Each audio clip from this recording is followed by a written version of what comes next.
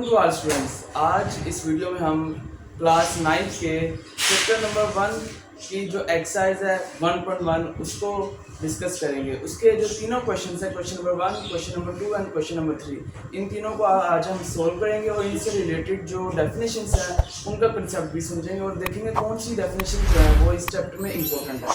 तो चलते हैं वीडियो की। तो जैसा कि आप देख सकते हैं कि हमारा जो यूनिट नंबर 1 है 9 क्लास का, इसका नाम है मैट्रिसेस एंड डिटर्मिनेंट्स। इसकी एक्सरसाइज 1.1 हम स्टार्ट करने लगे हैं। इसका जो फर्स्ट क्वेश्चन है वो find the order of the following matrices. अब हमें कुछ मैट्रिसेस दिए जाएंगे, उनका हमने ऑर्डर फाइंड करना है। तो इससे पहले हमें दो टर्म समझनी होगी जो इस क्वेश्चन के अंदर इस्तेमाल हो रही है। सबसे पहली टर्म जो है वो है ऑर्डर, कि ऑर्डर क्या होता है, और ऑर्डर हमने किसका फाइंड करना है, मैट्रिसेस का। तो इस ऑर्डर को समझने से पहले हमें मैट्रिसेस की डेफिनेशन समझनी पड़ेगी, और मैट्रिसेस की डेफिनेशन समझने के लिए हमें मैट्रिक्स की डेफिनेशन तो ये रही हमारे पास मैट्रिक्स की डेफिनेशन। अब इस डेफिनेशन को हम समझते हैं। इस डेफिनेशन के अंदर हमें वो कह रहा है अ रेक्टेंगुलर एरे, यानी एक रेक्टेंगुलर एरे है। एरे क्या होता है, एरे कहते हैं तरतीब को, यानी कोई भी नंबर्स, कोई भी सिंबल्स आपके पास पड़े हैं उनको आपने एक तरतीब दे दी है, एक तरतीब से लिख दिया है, लाइंस की फॉर्म में, हॉरिजॉन्टल लाइंस की फॉर्म में या वर्टिकल लाइंस की फॉर्म में। तो इसको हम कहते हैं एरे।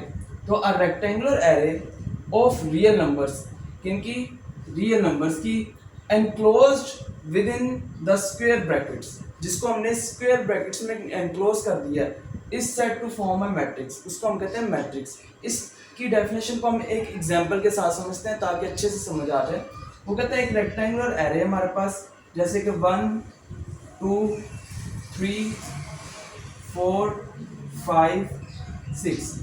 अभी हमारे पास एक रेक्टेंगुलर एरे आ गई, नंबर्स को हमने एक तरतीब में लिख दिया। अब इन नंबर्स को अगर मैं एनक्लोज करता हूँ स्क्वायर ब्रैकेट्स के अंदर, तो मेरे पास ये जो फॉर्म बन गई है, इस फॉर्म को हम क्या कहेंगे, ये हमारे पास क्या है, मैट्रिक्स। अब इसके कुछ मजीद पॉइंट्स हैं जो हमने समझने हैं। वो ये है कि ज़रूरी नहीं कि आप इसके अंदर सिर्फ और सिर्फ रियल नंबर्स रख सकते हैं, आप इन नंबर्स की जगह सिंबल्स का भी इस्तेमाल कर सकते हैं, जैसे कि A B C D E F। अब ये देखो, इन अल्फ़ाबेट्स को भी मैंने क्या किया है, एक रेक्टेंगुलर फॉर्म में लिख दिया, और इनको लिखने के बाद मैंने इनको एनक्लोज कर दिया ब्रैकेट्स के अंदर। तो ये भी मेरे पास एक मैट्रिक्स बन गई है। अब इसी तरह से एक और पॉइंट आता है हमारे पास, सेकंड पॉइंट ये है, जरूरी नहीं कि आपने इसको रेक्टेंगुलर फॉर्म में ही लिखना है। ये जो एरे है नंबर्स की या सिंबल्स की, इन एरे को आप स्क्वायर फॉर्म में भी लिख सकते हैं, A B E F। ये मैंने क्या लिख दिया, इन अल्फाबेट्स को मैंने स्क्वायर की फॉर्म में, यानी कि स्क्वायर के एरे में लिख दिया, और इसको मैंने एनक्लोज कर दिया ब्रैकेट्स के अंदर। अब ये जो मेरे पास बनी है, इसको भी मैं कहूँगा मैट्रिक्स, इसको भी मैं क्या कहूँगा, मैट्रिक्स। लेकिन ये एक स्पेशल टाइप है मैट्रिक्स की, जिसको हम स्क्वायर मैट्रिक्स कहते हैं। इसका नाम है स्क्वायर मैट्रिक्स। ये आगे जाके हम इन डेफिनेशंस की तरफ भी जाएंगे। होपफुली आपको जो मैट्रिक्स की डेफिनेशन है वो अच्छे से समझ आ गई होगी। अब हम चलते हैं मैट्रिसेस की तरफ। अब मैट्रिक्स के बाद मैट्रिसेस आता है। मैट्रिसेस कहते हैं मैट्रिक्स के मजमूए को, यानी अब मैं इन तीनों मैट्रिक्स को इकट्ठा करूंगा तो मैं कहूँगा ये मेरे पास क्या आ गए, मैट्रिसेस आ गए। और इन मैट्रिसेस में हमारे पास 1 2 3 मैट्रिक्स पड़े हुए हैं, ठीक है। अब मैट्रिक्स की डेफिनेशन हमारे समझ में आ गई, मैट्रिसेस की डेफिनेशन भी समझ में आ गई। अब इसके बाद हम चलेंगे ऑर्डर ऑफ मैट्रिक्स की तरफ। ऑर्डर ऑफ मैट्रिक्स क्या होता है। अब ऑर्डर ऑफ मैट्रिक्स को समझने से पहले हमें दो टर्म्स जो कि मैट्रिक्स में इस्तेमाल होती हैं उनको समझना पड़ेगा। तो उन दो टर्म्स को पहले समझ लेते हैं ताकि ऑर्डर ऑफ मैट्रिक्स की जो डेफिनेशन है वो हमें अच्छी तरह से समझ आ सके। अब ये देखिए, आपके सामने मैंने एक मैट्रिक्स को लिखा है, ये 1 4 2 6 1 7 है, एक रेक्टेंगुलर एरे है जिसको मैंने स्क्वायर ब्रैकेट्स के अंदर एनक्लोज कर दिया है। तो ये मेरे पास एक मैट्रिक्स बन गया। अब इस मैट्रिक्स के अंदर हमें कुछ लाइंस नज़र आ रही हैं इस तरह से कि ये एक लाइन है और ये एक दूसरी लाइन है। अब ये जो सी लाइंस हैं ये हॉरिजॉन्टल फॉर्म में पड़ी हुई है। अब ये जो हॉरिजॉन्टल फॉर्म में ये जो लाइंस पड़ी हुई हैं, इनको हम, ये जो नंबर्स की लाइन पड़ी हुई है, इनको हम नाम देते हैं रो। इनको हम क्या नाम देते हैं, रो। ये हमारे पास फर्स्ट रो है और ये हमारे पास सेकंड रो है, ठीक है। अब इसी तरह से हमारे पास कुछ इस वर्टिकल फॉर्म में भी लाइंस बनती हुई नजर आ रही हैं, 1 6 4 1 2 7। अब ये जो वर्टिकल फॉर्म में हमें ये लाइंस बनती हुई नजर आ रही हैं, इनका नाम है कॉलम। ये क्या है हमारे पास? कॉलम, ठीक है। तो हमें इससे पता चलता है कि मैट्रिक्स के अंदर जो हॉरिजॉन्टल लाइंस होंगी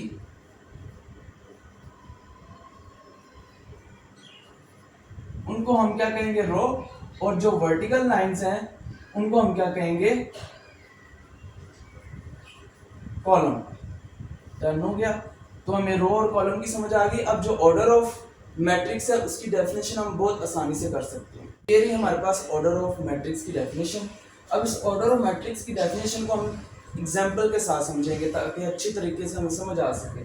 तो मैंने यहाँ पे एक एग्जाम्पल लिख लिया मैट्रिक्स की, m इक्वल्स टू 1 2 3 1 0 2, और इसको मैंने स्क्वायर ब्रैकेट्स में क्लोज कर दिया और ये मेरे पास एक मैट्रिक्स बन गया। अब मैंने इसका ऑर्डर फाइंड करना है, तो इसका ऑर्डर फाइंड करने के लिए मुझे दो चीज़ें काउंट करनी पड़ेंगी। पहली चीज़ जो है वो इसके अंदर नंबर ऑफ रोज होंगे, इसके अंदर नंबर ऑफ रोज कितने हैं। तो मैंने देखा मेरे पास इस मैट्रिक्स के अंदर जो नंबर ऑफ रोज बन रहे हैं वो 2 बन रहे हैं, क्योंकि इसके अंदर 2 हॉरिजॉन्टल लाइंस है। ठीक हो गया।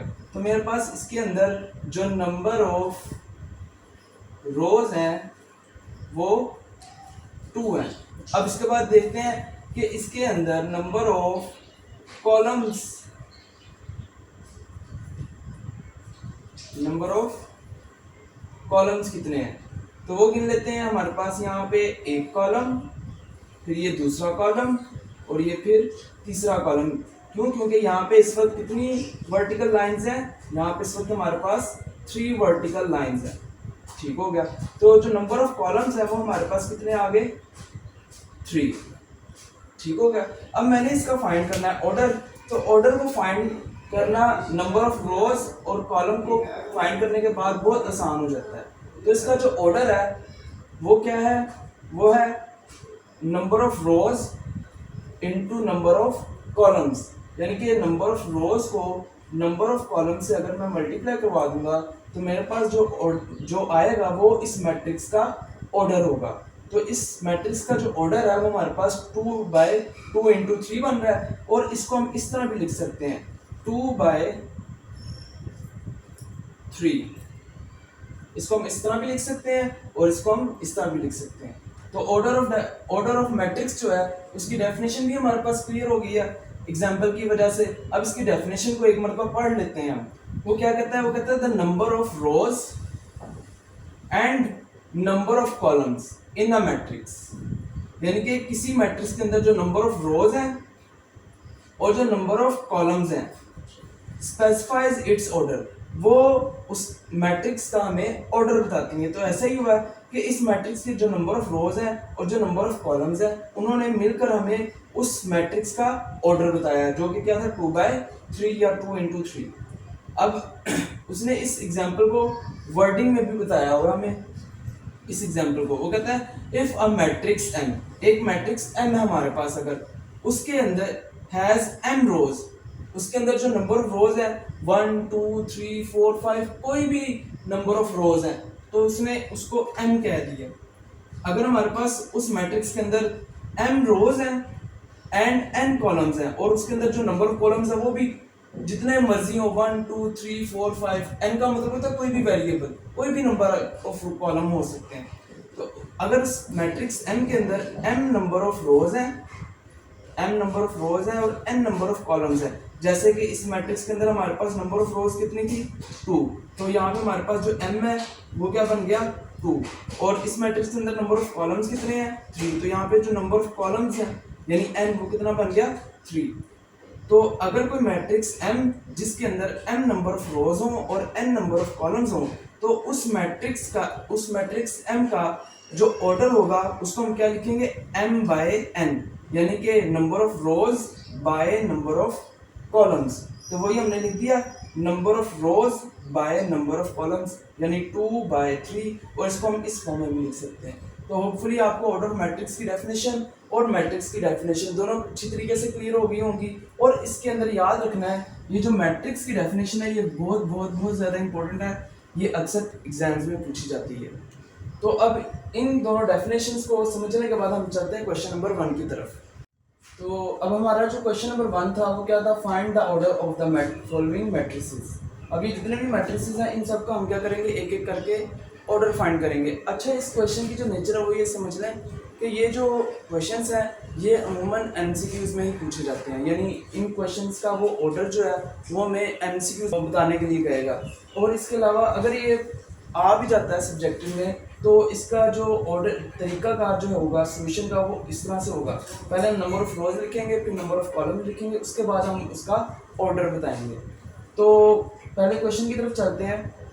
हमारे पास एक मैट्रिक्स है ए मैट्रिक्स, इसके अंदर हमें उसने कहा है कि इसका आपने ऑर्डर फाइंड करना है। तो ऑर्डर फाइंड करने का सबसे आसान तरीका ये, आपने जहन में विचुअली आपने क्या करना है, अपने जहन में पहले हॉरिजॉन्टल लाइंस ड्रॉ करनी है और फिर वर्टिकल लाइंस ड्रॉ करनी है। अब देखें, अब मैं इसके अंदर देखता हूँ, आपको दिखाने के लिए मैं कर रहा हूँ। तो ये मैंने एक हॉरिजॉन्टल ड्रॉ की लाइन, फिर ये दूसरी हॉरिजॉन्टल लाइन ड्रॉ की, तो मेरे पास सिर्फ 2 ही हॉरिजॉन्टल लाइन ड्रॉ हो रही हैं।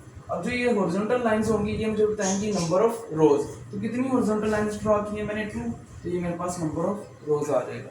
अब इसके अंदर मैं क्या करूँगा, मैं विचुअली सोचूंगा कि मैंने अब इस मैट्रिक्स के अंदर से नंबर ऑफ वर्टिकल लाइंस गुजारनी। तो देखते हैं नंबर ऑफ वर्टिकल लाइंस कितनी गुजरती है इसके अंदर से, 1 2। तो ये मेरे पास इसके अंदर नंबर ऑफ वर्टिकल लाइंस गुजरी हैं। तो कितनी नंबर ऑफ वर्टिकल लाइन गुजरी है, 2 गुजरी हैं। तो इसका जो नंबर ऑफ कॉलम होगा वो क्या हो जाएगा, 2 हो जाएगा। ठीक है, इसी तरह से अब मैंने अगर इसका फाइंड करना है ऑर्डर ऑफ मैट्रिक्स, तो ऑर्डर ऑफ मैट्रिक्स फाइंड करने के लिए मैं क्या करूँगा, इन दोनों को मैं इकट्ठा करके बाय के साथ लिख दूंगा। यानी कि पहले हमेशा नंबर ऑफ रोज लिखेंगे वो क्या है 2, फिर साथ लिखूंगा बाय, और फिर क्या लिखूंगा नंबर ऑफ कॉलम। ये मेरे पास नंबर ऑफ कॉलम, और ये मेरे पास क्या आ गया, इस मैट्रिक्स का ऑर्डर आ गया। ठीक है, अब अगर हमने इस क्वेश्चन को उर्दू में सोल्व करना है तो उसके लिए हम क्या करेंगे, हम इसके लिखेंगे नंबर ऑफ रोज है तो हम यहाँ पे लिखेंगे कितारों की तादाद।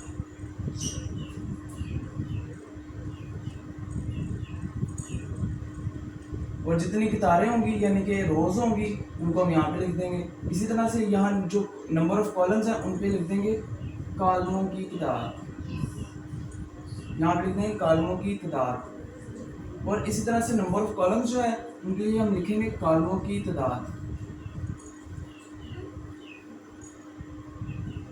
और वो हमारे पास कितनी थी, 2। अब हमने क्या लिखना है, ऑर्डर ऑफ मैट्रिक्स। तो उर्दू में हम लिखेंगे कॉलम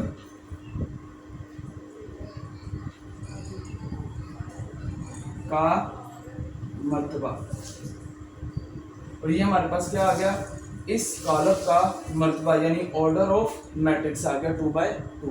अभी जो क्वेश्चन नंबर बी है ये same as it is A है, तो ये आप डू योरसेल्फ करेंगे, खुद करेंगे इसको सॉल्व। और ये सेम इसी तरह से नंबर ऑफ रोज गिनेंगे, नंबर ऑफ कॉलम्स गिनेंगे और बाद में उनको इकट्ठा करके बाय के साथ लिख देंगे। अब इसके बाद हमारे पास थर्ड आता है मैट्रिक्स सी। इसके लिए अभी हम इसका ऑर्डर फाइंड करेंगे। तो इसका ऑर्डर हम कैसे फाइंड करेंगे, पहले ज़हन में एक हॉरिजॉन्टल लाइन ड्रॉ करेंगे और कुछ हॉरिजॉन्टल लाइंस ड्रॉ करेंगे, उसके बाद कुछ वर्टिकल लाइंस ड्रॉ करेंगे और उनकी तादाद गिनकर हम फिर नंबर ऑफ रोज और नंबर ऑफ कॉलम्स और फिर ऑर्डर ऑफ मैट्रिक्स लिखेंगे। तो इसके अंदर मैं अब ज़हन में लगाऊंगा कि हॉरिजॉन्टल लाइंस कितनी है, तो सिर्फ और सिर्फ एक हॉरिजॉन्टल लाइन गुजर पा रही है, इससे ज़्यादा नहीं। तो इसके अंदर जो नंबर ऑफ रोज यानी कि कितारों की जो तादाद है वो 1 हो जाएगी। इसी तरह से अब यहाँ पे मैं वर्टिकल लाइंस गुजारूंगा, एक वर्टिकल लाइन फिर दूसरी वर्टिकल लाइन, तो नंबर ऑफ कॉलम्स कितने हो जाएंगे, 2 हो जाएंगे। अब इसका जब मैं ऑर्डर ऑफ मैट्रिक्स लिखूंगा तो क्या लिखूंगा, नंबर ऑफ रोज यानी कि 1 बाय नंबर ऑफ कॉलम्स यानी कि 2। तो ये मेरे पास इसका क्या आ गया, ऑर्डर ऑफ मैट्रिक्स आ गया यानी कि कॉलम का मर्तबा आ गया।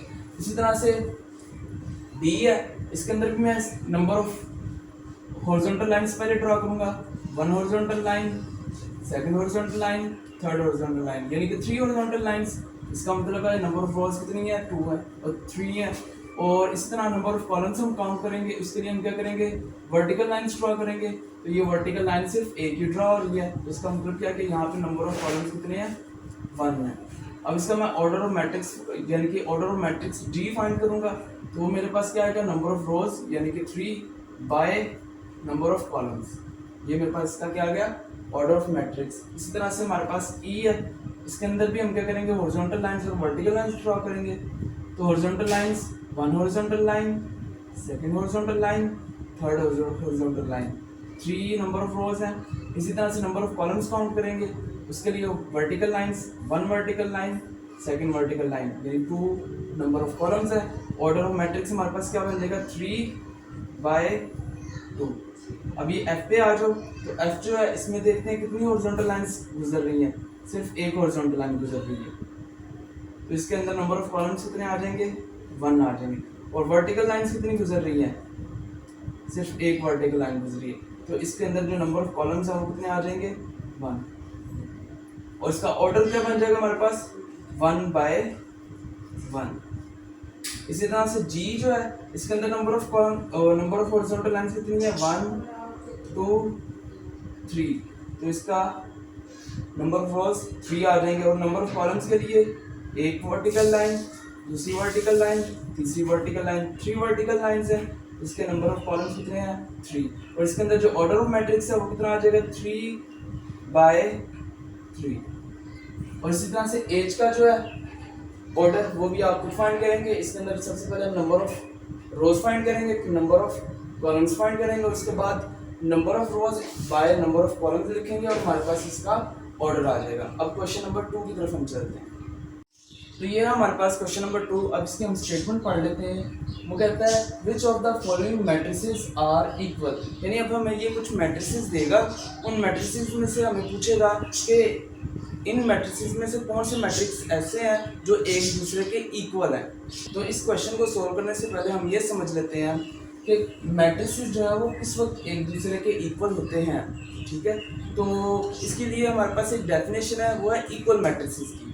तो पहले हम इक्वल मैट्रिसेस की डेफिनेशन को समझ लेते हैं, उसके बाद हम इस क्वेश्चन को सॉल्व करें। ये रही हमारे पास इक्वल मैट्रिक्स की डेफिनेशन, इसको हम समझ लेते हैं। वो कहता है let A and B be 2 matrices, यानी ए और बी हमारे पास 2 मैट्रिसेस हैं। Then A is said to be equal to B, और इन दोनों मैट्रिक्स में ए जो मैट्रिक्स है उसको हम कहेंगे ये ए मैट्रिक्स बी मैट्रिक्स के इक्वल है, और उसको हम डिनोट करेंगे इस तरह से, यानी ए इक्वल टू बी। अगर दोनों मैट्रिक्स इक्वल है तो उनको हम इस तरह से डिनोट करते हैं, A equal to B. If and only if, अगर, यानी कि 2 मैट्रिक्स ए और बी एक दूसरे के इक्वल होंगे अगर उनमें ये 2 कंडीशन सेटिस्फाई होती हैं। फर्स्ट कंडीशन क्या है, फर्स्ट कंडीशन है कि जो ऑर्डर ऑफ ए है वो ऑर्डर ऑफ बी के इक्वल होना चाहिए, यानी कि ए के अंदर जो नंबर ऑफ रोज हैं वो बी के अंदर नंबर ऑफ रोज के इक्वल होनी चाहिए, और जो ए के अंदर नंबर ऑफ कॉलम्स हैं वो बी के अंदर नंबर ऑफ कॉलम्स के इक्वल होनी चाहिए। ये हमारे पास फर्स्ट कंडीशन। अब सेकंड कंडीशन की तरफ चलते हैं। सेकंड कंडीशन क्या है, वो कहता है their corresponding entries are equal, यानी कि उनके कोरस्पॉन्डिंग एंट्रीज, कोरस्पॉन्डिंग किसे कहते हैं, आमने सामने वाली, यानी उनके आमने सामने वाली जो एंट्रीज हैं वो भी एक दूसरे के इक्वल होनी चाहिए। यानी कि ए की पहली एंट्री अगर 1 है तो बी की पहली एंट्री भी 1 होनी चाहिए, और ए की अगर सेकंड एंट्री 2 है तो बी की सेकंड एंट्री भी 2 होनी चाहिए। उसी सूरत में ए और बी जो है वो आपस में एक दूसरे के इक्वल होंगे, और उनको हम डिनोट करेंगे ए इक्वल टू बी। इसको हम एग्जाम्पल के साथ समझ लेते हैं ताकि अच्छी तरह से समझ आ जाए। तो हमारे पास एक एग्जाम्पल है, 1 2 3 4, ये हमारे पास ए मैट्रिक्स है, और ये हमारे पास बी मैट्रिक्स है।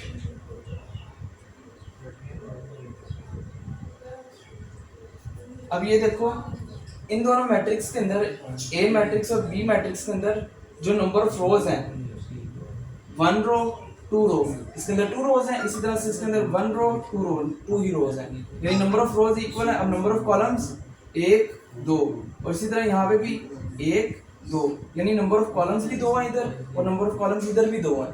तो नंबर ऑफ रोज और नंबर ऑफ कॉलम्स दोनों में इक्वल है, तो इसका मतलब है इनका ऑर्डर इक्वल हो गया। फर्स्ट कंडीशन जो है वो हमारे पास सेटिस्फाई होगी। अब सेकंड कंडीशन क्या थी कि इनके आमने सामने वाली जो एंट्रीज है वो भी एक जैसी होनी चाहिए, यानी कि इसकी पहली एंट्री 1 है, इसकी भी 1 है, इसकी दूसरी एंट्री 2 है, इसकी भी 2 है, और इसी तरह से 3, इसी तरह से 4 और यहाँ पे भी 4, यानी इनके आमने सामने वाली एंट्रीज सेम है। तो हम कहेंगे ये जो दोनों मैट्रिक्स हैं, ये दोनों के दोनों मैट्रिक्स क्या है, आपस में एक दूसरे के इक्वल हैं। अब यहाँ पे एक समझने वाला कंसेप्ट है वो हम समझ लेते हैं। अब ये तो साम नजर आ रहा है कि ये दोनों आपस में एक जैसी बिल्कुल है, इसलिए इक्वल है, लेकिन वो कभी कभार इस तरह से भी करता है। वो क्या करता है, ये 2 लिखा हुआ है तो 2 को हटाकर लिख देता है 1+1। अब यहाँ पे क्या लिखा हुआ है 2, और यहाँ पे क्या लिखा हुआ है 1+1, और हम सबको पता है 1+1 क्या होता है 2। तो चूंकि 1+1 यहाँ पे 2 होता है और यहाँ पे भी 2 ही लिखा हुआ है, तो लिहाजा ये दोनों आमने सामने वाली एंट्रीज सेम होंगी।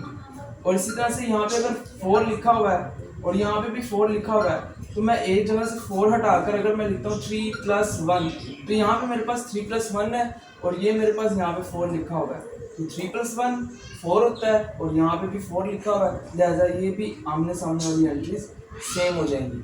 तो इसलिए हम इन दोनों मैट्रिसेस को कहेंगे कि ये दोनों मैट्रिसेस जो हैं ये आपस में एक दूसरे के इक्वल है। ये हमारे पास इक्वल मैट्रिसेस की डेफिनेशन थी जो हमें बहुत अच्छे से समझ आ गई है। अब इसको हम अप्लाई करेंगे हमारे इस क्वेश्चन नंबर 2 पे। तो हम चलते हैं अपने क्वेश्चन नंबर 2 की तरफ। हमारे क्वेश्चन नंबर 2 में हमने क्या करना था, हमने फाइंड करना था मैट्रिसेस को, उन मैट्रिसेस को फाइंड करना था जो आपस में एक दूसरे के इक्वल हैं। तो ये हमारे पास कुछ मैट्रिसेस दिए गए हैं। अब इन मैट्रिसेस को हमने बताना है कि इन मैट्रिसेस में कौन से मैट्रिक्स ऐसे हैं जो एक दूसरे के इक्वल हैं। तो इसके लिए हम क्या करेंगे, हमने जो पीछे इक्वल मैट्रिसेस की डेफिनेशन पढ़ी है उसको इन मैट्रिसेस के ऊपर अप्लाई करेंगे और देखेंगे कौन से मैट्रिक्स ऐसे हैं जो उस डेफिनेशन को सेटिस्फाई करते हैं, और उनको फिर हम कहेंगे कि ये दोनों मैट्रिक्स आपस में एक दूसरे के इक्वल हैं। तो यहाँ पे देखिए हमारे पास पहला मैट्रिक्स है वो ए है। ए के अंदर हम देख रहे हैं कि 3 लिखा हुआ है और इसके अंदर नंबर ऑफ रोज भी 1 है और नंबर ऑफ कॉलम्स भी 1 है, यानी इसका ऑर्डर है 1 by 1। तो हम इनके अंदर देखना है कि ऐसा कौन सा मैट्रिक्स है जो ऑर्डर 1 by 1 का है और उसके अंदर जो एंट्री है वो सेम इसी तरह से 3 बन रही हो। तो ये देखें सी की तरफ, सी में देखें, सी में हमें दिया गया 5 - 2। अब 5 में से जब हम 2 को माइनस करेंगे तो हमारे पास क्या बनेगा, 3 बन जाएगा। तो यहाँ पे भी 3 है और यहाँ पे भी 3 है, और नंबर ऑफ कॉलम्स और नंबर ऑफ रोज इन दोनों में इक्वल है। तो लिहाजा चूंकि ऑर्डर भी इक्वल है और एंट्रीज भी कोरस्पॉन्डिंग सेम है, तो हम कहेंगे ए और सी जो है ये दोनों के दोनों मैट्रिक्स आपस में एक दूसरे के इक्वल हैं। इसी तरह से अब हम बी की तरफ आते हैं। तो बी में हम देख रहे हैं कि बी में जो नंबर ऑफ रोज है वो 1 है और नंबर ऑफ कॉलम्स जो है वो 2 है, यानी इसका ऑर्डर जो है वो हमारे पास क्या बन रहा है 1 by 2, और इसकी पहली एंट्री 3 है और दूसरी एंट्री क्या है 5 है। ठीक हो गया। अब यहाँ पे देखो डी को, अब बच्चे ही गलती करते हैं, वो कहते हैं ये बी और डी, इसमें भी एक रो है और 2 कॉलम है, तो इन दोनों का ऑर्डर सेम हो गया है और इनमें एंट्रीज भी सेम है। यहाँ पे भी 3 5 है और यहाँ पे भी 3 5 है, लेकिन ऑर्डर का मतलब यानी कि कोरस्पॉन्डिंग एंट्रीज का मतलब होता है आमने सामने वाली एंट्रीज, यानी यहाँ पे फर्स्ट एंट्री जो है वो 3 है, तो यहाँ पे भी फर्स्ट एंट्री 3 होनी चाहिए थी, तो ही ये दोनों इक्वल होने थे। लेकिन यहाँ पे डी में फर्स्ट एंट्री 5 है और यहाँ पे बी में फर्स्ट एंट्री 3 है, तो लिहाजा ये दोनों कोरस्पॉन्डिंग एंट्री सेम नहीं है, लिहाजा बी और डी आपस में इक्वल नहीं है। तो बी के लिए हम किसी और को देखेंगे, तो वो हमें यहाँ पे आई की शक्ल में नज़र आ रहा है। यहाँ पे देखो 3 है और यहाँ पे 3 + 2 5 बनता है, और इसका जो ऑर्डर है वो भी क्या बन रहा है, 1 रो और 2 कॉलम। तो ऑर्डर भी सेम है दोनों का और दोनों की कोरस्पॉन्डिंग एंट्रीज भी सेम है, तो लिहाजा बी और आई ये दोनों आपस में एक दूसरे की क्या हो जाएंगे, इक्वल हो जाएंगे। इसी तरह से अब हम ई की तरफ चलते हैं। अब ई में देखो हमारे पास यहाँ पे क्या पड़ा हुआ है 4062, और यहाँ पे एच में भी देखो 4062, कोरस्पॉन्डिंग एंट्रीज इक्वल है और नंबर ऑफ रोज और नंबर ऑफ कॉलम्स भी दोनों में इक्वल है, तो लिहाजा हमारे पास यहाँ पे ई और एच ये दोनों आपस में एक दूसरे के इक्वल हो जाएंगे। इसी तरह से यहाँ पे देखो f है हमारे पास, f में देखो 2 6 है, तो यहाँ पे 2 और 6 इसी तरह से हम ढूंढेंगे कि यहाँ पे ऐसा कौन सा मैट्रिक्स है जहाँ पे 2 और 6 पड़ा हुआ है। तो हमें यहाँ पे ये नज़र आ गया G, 3 - 1 क्या बन गया 2, 3 + 3 क्या बन गया 6। तो F और G ये दोनों आपस में क्या हो गए, इक्वल हो गए। तो यहाँ पे लिख देंगे हम F और यहाँ पे लिख देंगे G। अब यहाँ पे देखो J को, J में देखो 2 + 2 क्या बनता है 4, 2 - 2 क्या बनता है 0, 2 + 4 क्या बनता है 6 और 2 + 0 क्या बनता है 2। तो इनकी कॉरस्पॉन्डिंग एंट्रीज भी सेम है और इनके अंदर जो नंबर ऑफ रोज हैं वो भी सेम है और नंबर ऑफ कॉलम्स वो भी सेम है, यानी ये भी 2/2 का है और ये भी 2/2 का है। तो H और J ये भी आपस में इक्वल है, तो H और J ये भी इक्वल है। तो यानी कि E और H और J ये तीनों के तीनों आपस में क्या एक दूसरे के इक्वल है। तो ये हमारे पास इक्वल मैट्रिसेस का जो क्वेश्चन था वो हमारे पास सॉल्व हो गया है और उनमें जो जो मैट्रिक्स आपस में एक दूसरे के इक्वल थे उनको हमने डिनोट करके दिखा दिया। और इसको हमने समझने के लिए क्या किया था, हमने इक्वल मैट्रिसेस की डेफिनेशन पहले पढ़ी, उसको समझा और उसको इस्तेमाल करते हुए हमने इसके अंदर जो इक्वल मैट्रिसेस थे उसको फाइंड किया। अब इसके बाद हम क्वेश्चन नंबर 3 की तरफ चलेंगे, वो भी इक्वल मैट्रिसेस की बेस पर ही सॉल्व होगा। तो ये हमारी एक्सरसाइज 1.1 का लास्ट क्वेश्चन, क्वेश्चन नंबर 3। इसके अंदर हमें वो कह रहा है कि आपने ए बी सी और डी की वैल्यू फाइंड करनी है इस इक्वेशन के अंदर से। ये मैट्रिक्स इक्वेशन है, इस इक्वेशन के अंदर से हमने ये ए बी सी और डी इन तीनों की वैल्यूज को हमने फाइंड करना है। तो अब इस क्वेश्चन को सोल्व करने के लिए हमें इक्वल मैट्रिक्स की डेफिनेशन को समझना पड़ेगा, दोबारा से ज़हन में लाना पड़ेगा। तो उस डेफिनेशन के अंदर था कि अगर कोई दो मैट्रिक्स आपस में इक्वल हैं, जैसे कि हमें ये नज़र आ रहा है कि ये एक मैट्रिक्स है और ये दूसरा मैट्रिक्स है और ये आपस में क्या है एक दूसरे के इक्वल, तो इक्वल मैट्रिक्स कहता था कि अगर ये दोनों मैट्रिक्स एक दूसरे के इक्वल हैं तो इनके कॉरस्पॉन्डिंग एंट्रीज सेम होंगी, यानी इनके आमने सामने वाली जो एंट्रीज हैं वो एक दूसरे के जैसी होंगी, यानी एक दूसरे के इक्वल होंगी। यानी कि a + c जो है वो इक्वल होगा 0 के, a + 2b जो है वो इक्वल होगा -7 के, इसी तरह से c - 1 जो है वो इक्वल होगा 3 के और 4d - 6 जो है वो इक्वल होगा 2d के। तो जो कि ये कोरस्पॉन्डिंग एंट्रीज आपस में एक दूसरे के इक्वल है, तो इनको हम यहाँ पे सॉल्यूशन में पहले लिख देते हैं। तो हमारे पास a + c जो है वो इक्वल है 0 के, a + 0 जो है अब हमारे पास a + c जो है वो इक्वल है 0 के। इसी तरह से a + 2b जो है सेकंड जो एंट्री है वो किसकी इक्वल होगी, सेकंड एंट्री यानी -7 के। a + 2b इक्वल है -7 के। इसी तरह से c - 1 जो है वो इक्वल होगा 3 के और 4d - 6 जो है वो हमारे पास किसकी इक्वल आएगा 2d के। 4d - 6 जो है वो इक्वल आएगा हमारे पास 2d के। तो इस तरह से हमारे पास ये चार इक्वेशंस बन गई हैं। अब हमने क्या करना है, हमने इनको एक एक करके नंबरिंग दे देंगे। ये क्वेश्चन नंबर 1 है हमारे पास, ये क्वेश्चन नंबर 2 है हमारे पास, ये 3 है और ये हमारे पास क्वेश्चन नंबर 4 है। अब इन 4 इक्वेशंस में से हम इन वेरिएबल्स a b c और d की वैल्यू को कैलकुलेट करेंगे। अब इसका सबसे आसान तरीका ये है कि हम इन चारों इक्वेशन में से वो वाली इक्वेशन पकड़ें जिसमें सिर्फ एक वेरिएबल हो। वेरिएबल यानी कि a b c d, इनको हम वेरिएबल्स कहते हैं और 1 2 3 वगैरह इन सबको हम कहते हैं कॉन्स्टेंट्स। तो हमने वो वाली इक्वेशन पकड़नी है जिसमें सिर्फ एक वेरिएबल हो। अभी फर्स्ट इक्वेशन है, इसमें a c दो वेरिएबल्स हैं, इसमें भी दो वेरिएबल्स हैं। ये जो क्वेश्चन नंबर 3 है इसमें सिर्फ और सिर्फ c पड़ा हुआ है, यानी इसका मतलब है इसमें सिर्फ एक वेरिएबल पड़ा हुआ है। तो अब हम इसमें इक्वेशन नंबर 3 को इस्तेमाल करेंगे जिसके अंदर सिर्फ एक वेरिएबल पड़ा हुआ है c। तो हम लिखेंगे यहाँ पे फ्रॉम इक्वेशन 3, वो क्या हमारे पास c - 1 = 3। अब ये -1 है, हमें पता है इक्वल के जब दूसरी साइड पे लेकर जाएंगे तो इसका साइन चेंज हो जाएगा और ये बन जाएगा +1। तो हमारे पास c आ जाएगा 3 + 1 = 4। तो हमारे पास यहाँ पे क्या आ गया, c की वैल्यू आ गई। अब इसी तरह से हम एक और इक्वेशन देखते हैं जिसके अंदर सिंगल वेरिएबल पड़ा हुआ है। अब इक्वेशन 3 के बाद आती है इक्वेशन 4। अब यहाँ पे हम क्या देख रहे हैं, यहाँ पे भी एक ही वेरिएबल पड़ा हुआ है, वो क्या है d।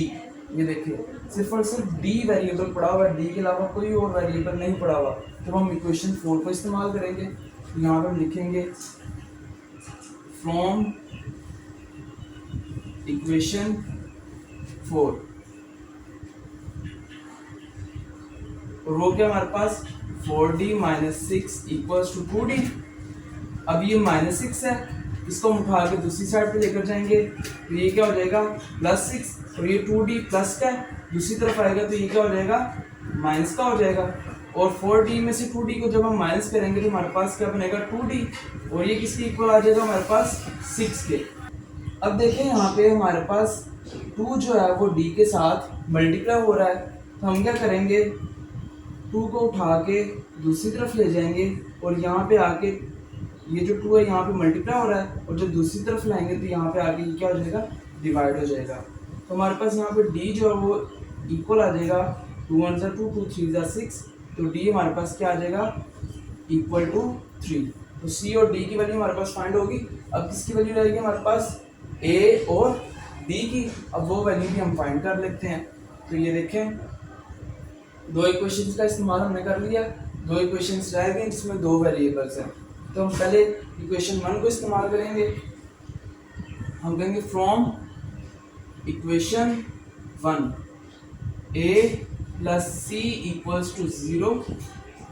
a जो है यहाँ पे c प्लस का दूसरी तरफ जाएगा तो वहाँ पे जाके ये माइनस का हो जाएगा, तो ये हमारे पास आ गया a इक्वल्स टू -c। अब हमने क्या करना है यहाँ पे a की वैल्यू को निकालने के लिए c की वैल्यू का इस्तेमाल करेंगे, जो कि हमने क्या नाम है क्वेश्चन 3 से निकाली थी c इक्वल्स टू 4। तो हम यहाँ पे लिखेंगे पुट c इक्वल्स टू 4, तो हम यहाँ पे लिखेंगे a इक्वल्स टू और c की जगह पुट करेंगे 4, तो हमारे पास क्या आ जाएगा a इक्वल्स टू -4। ये हमारे पास क्या आ गया a की वैल्यू भी आ गई। तो हमारे पास क्या रह गया सिर्फ और सिर्फ इक्वेशन 2 में से b की वैल्यू को निकालना रह गया, तो हम उसको भी इस्तेमाल करेंगे from equation 2 a plus 2b equals to -7, और जिस तरह यहाँ पे हमने c की वैल्यू पुट की थी इसी तरह से हमने a की वैल्यू निकाली है, तो अब यहाँ पे हम a की वैल्यू को पुट करेंगे। तो हम कहेंगे पुट a इक्वल्स टू -4, और हमारे पास क्या आ जाएगा a की जगह -4 आ जाएगा, प्लस वैसे ही 2b ये भी वैसे ही और -7। अब ये हमारे पास -4 है और हमें पता है जब ये इक्वल के दूसरी साइड पे जाएगा तो ये -4 जो है ये +4 हो जाएगा। हमारे पास 2b इक्वल्स टू -7, और ये जो -4 है ये दूसरी तरफ जाके क्या हो जाएगा +4 हो जाएगा, और ये 2b इक्वल्स टू -7 + 4 -3 हो जाएगा, और b इक्वल्स टू -3/2 आ जाएगा, और ये हमारे पास b का आंसर आ गया। तो हमारे पास c, d, a और b इन चारों का आंसर आ गया, और ये हमारे पास इसका सलूशन है जो कि हमारे क्वेश्चन के अंदर फाइंड करना था। इसने कहा था a, b, c और d की वैल्यू आपने फाइंड करनी है, और हमने a, b, c और d की वैल्यू हमने फाइंड करनी। एक थोड़ा सा रिव्यू दे देता हूँ दोबारा से ताकि अच्छी तरह समझ आ जाए। हमारे पास ये दो इक्वल मैट्रिसेस थे, हमने इनकी कॉरस्पॉन्डिंग एंट्रीज को आपस में इक्वल रखा, और इक्वल रखने के बाद उनको इक्वेशंस का नाम दिया। इक्वेशंस का नाम देने के बाद हमने क्या किया, हमने वो वाली इक्वेशन उठाई जिसमें एक वेरिएबल था, तो वो थी इक्वेशन 3। इक्वेशन 3 को हमने इस्तेमाल किया और उसमें से c की वैल्यू निकाली। फिर इक्वेशन 4 को इस्तेमाल किया क्योंकि उसमें भी एक ही वेरिएबल था, और उसको इस्तेमाल करके हमने d की वैल्यू निकाली। उसके बाद हमारे पास ये ऊपर वाली दो इक्वेशंस बची थी और दो ही वेरिएबल्स हमने इस्तेमाल कर फाइंड करने थे। तो हमने उन दोनों इक्वेशंस की मदद से a की और b की वैल्यू फाइंड की। इक्वेशन 1 से हमने पहले a को निकाला, अलग किया, और यहाँ पे हमारे पास a इक्वल्स टू -c बन रहा था, और c की वैल्यू हमने इक्वेशन 3 से निकाली और यहाँ पे पुट कर दी, और हमारे पास a की वैल्यू भी आ गई। और इसी तरह से हमने इक्वेशन 2 को इस्तेमाल किया और उसके अंदर भी a पड़ा हुआ था, तो हमने a की वैल्यू पुट की a इक्वल्स टू -4, और पुट करने के बाद हमने क्या किया -4 को दूसरी तरफ लेकर गए थे, -7 + 4 बना, और वो हमारे पास -3 के इक्वल होता है, और फिर ये 2b के साथ मल्टीप्लाई हो रहा था दूसरी तरफ जाके डिवाइड हो गया, और यहाँ पे हमारे पास b की वैल्यू भी आ गई। होपफुली आपको अच्छी तरह से इसकी समझ आई होगी पूरी की पूरी एक्सरसाइज की। अगर आपको समझ आई है तो हमें कमेंट में बताएं, और अगर वीडियो अच्छी लगी है तो इसको लाइक करें और सब्सक्राइब करें। बहुत बहुत शुक्रिया।